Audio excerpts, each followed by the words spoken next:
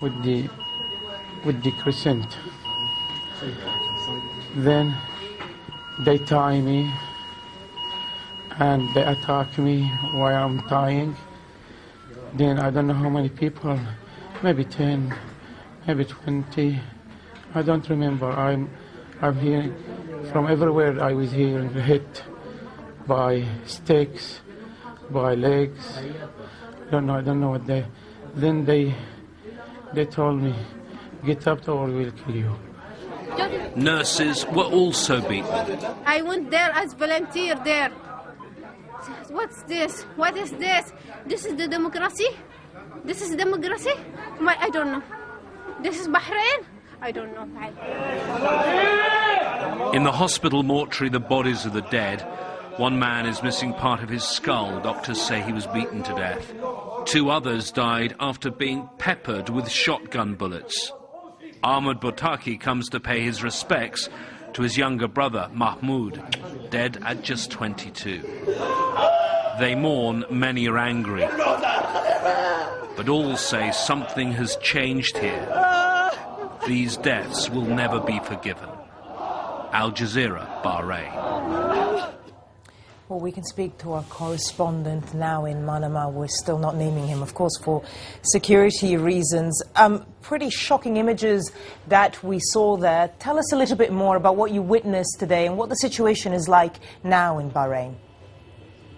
Well, it is a very tense situation right now, and what I can tell you more about those images, which were at the main hospital here on the island, is that the military, we're told by doctors, is now surrounding that hospital. The military are in that area, and the reason they're in that area is because there certainly are family and friends of the injured and of the dead still gathered in the hospital grounds, quite large numbers of people there.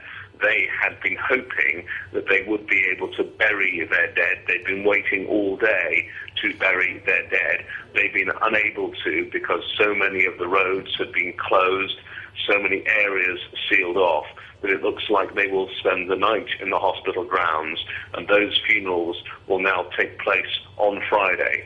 Friday too, obviously, Friday prayers will take place. All of these present a big challenge for the security forces and another potential flashpoint. We've heard the contribution from some of the international figures calling for calm, but I think people here do fear that there could be further problems.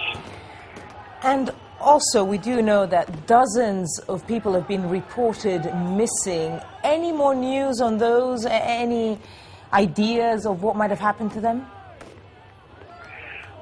There are lots of ideas of what might have happened to them, but nothing concrete. And I've been working the phones all day, speaking to people about this. Some very persistent reports and stories coming through, but nothing that we can actually confirm about where these people are. Some are claiming that some of those missing were taken away, injured, taken away to military holding, that they have been arrested and being held. Some claiming that perhaps some of the injured were not even taken to hospital at all. They might have been taken to an Interior Ministry court.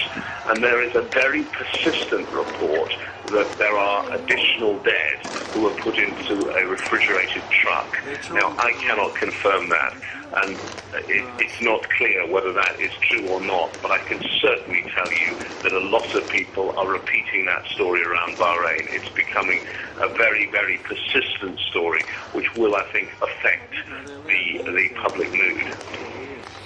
And just a final point, I mean, Bahrain is quite a small country, but just remind us why strategically it's so important for many countries.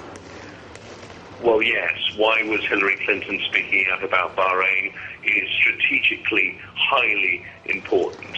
You've got to think of simple things. Iran, it's near Iran. Oil, you've got to think about oil and the Persian Gulf. This is an oil producer, and it's in a very strategically important place. But I think the other reason that it's important for the United States is because it hosts the United States fleet, which is the U.S. military naval operation for the whole Middle East, coordinating all the naval operations in the Middle East, a key military hub for America. And America watching on with keen interest, of course. Our special correspondent there in Bahrain, thank you very much for joining us. Let's go to Libya now, where pro